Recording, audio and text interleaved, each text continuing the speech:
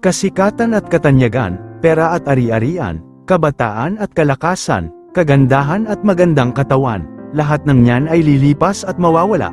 Isayas Kapitulo 40 versikulo 8, Oo, ang damo ay natutuyo, at kumukupas ang mga bulaklak, ngunit ang salita ng ating Diyos ay mananatiling magpakailanman. Naniniwala ka ba sa forever? Ito ang madalas tanong ng mga taong may kasintahan. Sinasabi ng mga may kasintahan na mayroon daw forever. Pero, ang mga walang kasintahan naman ay sinasabi nila na walang forever. Pero ano nga ba ang totoong kahulugan ng forever na sinasabi sa Biblia? Ang totoo ay walang forever talaga dito sa mundo.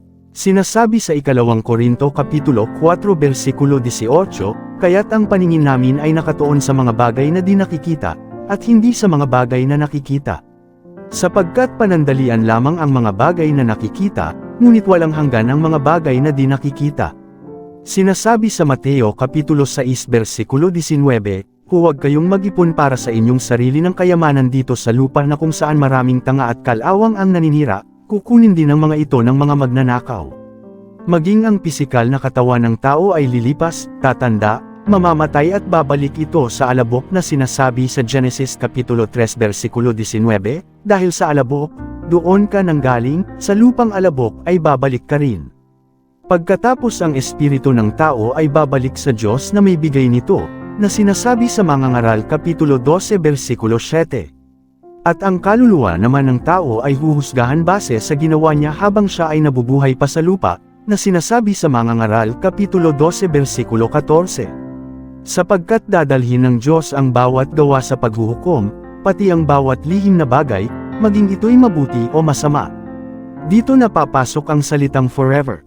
Kung ikaw ay tumanggap at nanampalataya sa Panginoong Hesus at ikaw ay namuhay ng may kabanalan, kapag namatay na ang pisikal mong katawan, ang kaluluwa mo ay hahatulan ng forever sa kalangitan. Kung saan wala ng kahirapan at kasakitan at kasama mo ang Panginoon. Pero, kung ikaw ay nagpakasasa dito sa mundo, nagpatuloy ka sa paggawa ng kasalanan at di mo tinanggap si Jesus bilang Panginoon mo at tagapagligtas, at namatay ang pisikal mong katawan, ikaw ay hahatulan ng forever sa impyerno. Kung saan habang panahon kang maghihirap at magdurusa. Ulitin natin ang tanong, naniniwala ka na ba sa forever? Meron forever kapatid, paghandaan mo para ikaw ay mapunta sa langit at hindi sa impyerno. Magdesisyon ka kung saan mo gustong mapunta.